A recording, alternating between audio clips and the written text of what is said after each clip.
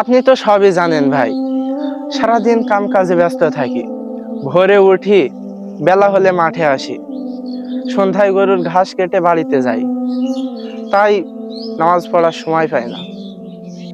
আমি জানি ভাই, তোমার কষ্টটা বুঝি। তবুও 5 ওয়াক্ত নামাজ না পড়লে তো মাপ নাই।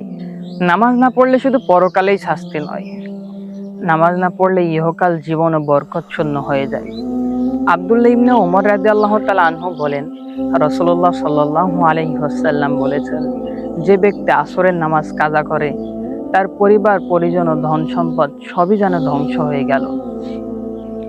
আরেক বর্ণনায় নামাজ না পড়ার 6টি দুনিয়াবী শাস্তি উল্লেখ করা হয়েছে। 1 নম্বর, জীবনের বরকত উঠিয়ে নেওয়া হবে।